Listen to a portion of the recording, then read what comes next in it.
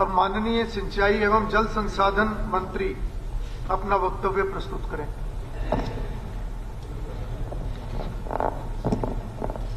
Speaker sir, ये जो आज चर्चा का जो विषय है बहुत गंभीर विषय है और जो माननीय सदस्यों ने जो कंसर्न्स रेज करे हैं वो उतने इक्वली कंसर्न्ड हम लोग हैं और गवर्नमेंट कमिटेड है कि ये जो स्थिति है इसमें सुधार आए।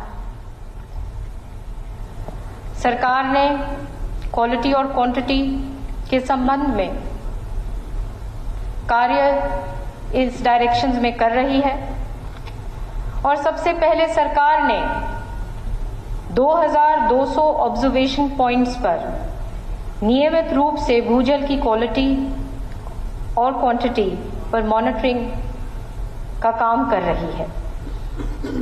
Central ground water board Bharat सरकार की संस्था ने भी इस डिक्लाइनिंग क्वालिटी की ओर इशारा किया है। क्वालिटी में सुधार करना एक स्लो प्रोसेस है। स्टडीज करवाने पर यह संकेत मिले हैं कि वर्तमान स्थिति के लिए डेकेड से इस कार्य में ना कोई काम होने के कारण ये स्थिति में आज हम हैं, जिससे ग्राउंड वाटर की सैलिनिटी और वाटर लॉगिंग हुई है। 2018-19 में वर्टिकल ड्रेनेज टेक्निक का प्रयोग करके वाटर लॉगिंग एरिया को इस प्रॉब्लम से मुक्त करवाने का कार्य किया गया और जिसके रिजल्ट्स भी सामने आए हैं और इस दिशा में लगातार काम चल रहा है और काम करने की जरूरत है।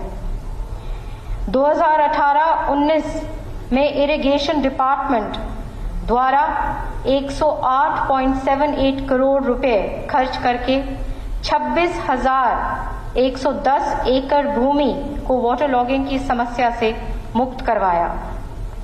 विभाग इस संबंध में एक बड़ी योजना जिसके तहत 1,388 करोड़ की लागत से लगभग 2 लाख एकड़ भूमि को वाटर लॉगिंग की प्रॉब्लम से वर्ल्ड बैंक से फाइनेंस करवाकर 26 से 31 तक वाटर सिक्योर हरियाणा स्कीम लागू की जा रही है माननीय चीफ मिनिस्टर साहब के नेतृत्व में।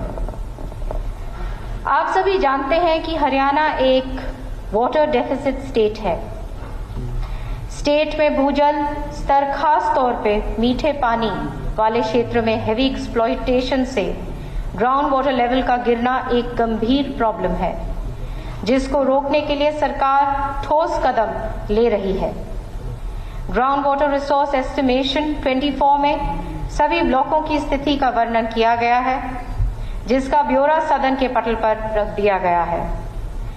नहरों में सीवरेज और ट्रेड एफ्लुएंट पानी डालने पर सरकार ने Haryana canal and drainage act 1974 act में पेनल्टी प्रोविजन करवाकर इसको गंभीर अपराध बनाया है, जिसमें दोषियों के खिलाफ इम्प्रिजनमेंट करने का प्रोविजन है और लगातार कार्रवाई होती है।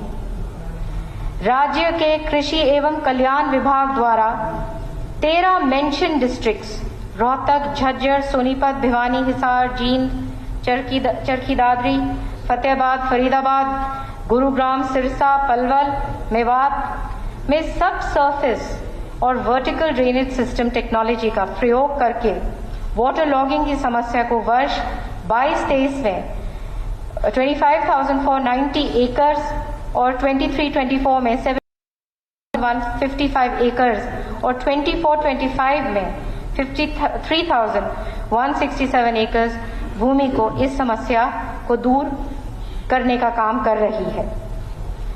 राज्य में कृषि एवं कल्याण विभाग द्वारा राज्य में फसलों के जो डाइवर्सिफिकेशन प्रोग्राम्स हैं, हरियाणा सरकार के मेरे पानी मेरी विरासत स्कीम को 2021 में लॉन्च किया, जिस द्वारा कम पानी की खपत वाली फसलें उगाने पर किसानों को 7,000 रुपए पर एकड़ सब्सिडी बेनिफिट दिया गया। वर्ष 22-23 में इसमें 58,000 एकड़ पर उपरोक्त उपज करने पर किसानों को 41.23 करोड़ रुपए और 23-24 में 36,174 एकड़ पर कम पानी वाली फसलों का उपज करने पर 25.32 करोड़ रुपए सब्सिडी बेनिफिट किसानों को दिया गया है। 24-25 तक कृषि विभाग ने 65,650 एकड़ भूमि का रजिस्ट्रेशन किया है। स्पीकर सर, मैं आपको इस सदन में यह भी बताना चाहती हूं कि माननीय सीएम साहब ने 25-26 में इस योजना को और बड़े रूप देकर किसानों को प्रोत्साहन देने के लिए सब्सिडी बेनिफिट को 7,000 प्रति एकड़ से बढ़ाकर 8,000 प्रति एकड़ किया गया है, ताकि और उत्साह इस स्कीम के प्रति आ सके। भारत सरकार द्वारा अटल भूजल योजना राज्य के 14 जिलों वाटर डेफिसिट डिस्ट्रिक्ट्स के 36 ब्लॉकों के 1647 ग्राम पंचायतों में सिंचाई विभाग द्वारा लागू की गई है, जिससे ग्राउंड वाटर टेबल पर कम दबाव डले। इसके लिए micro irrigation, crop diversification, direct seeding of rice, ground water monitoring, pond rejuvenation, information, education and communication activities से निश्चित रूप से भूजल स्तर को मेंटेन करने में मदद मिल रही है।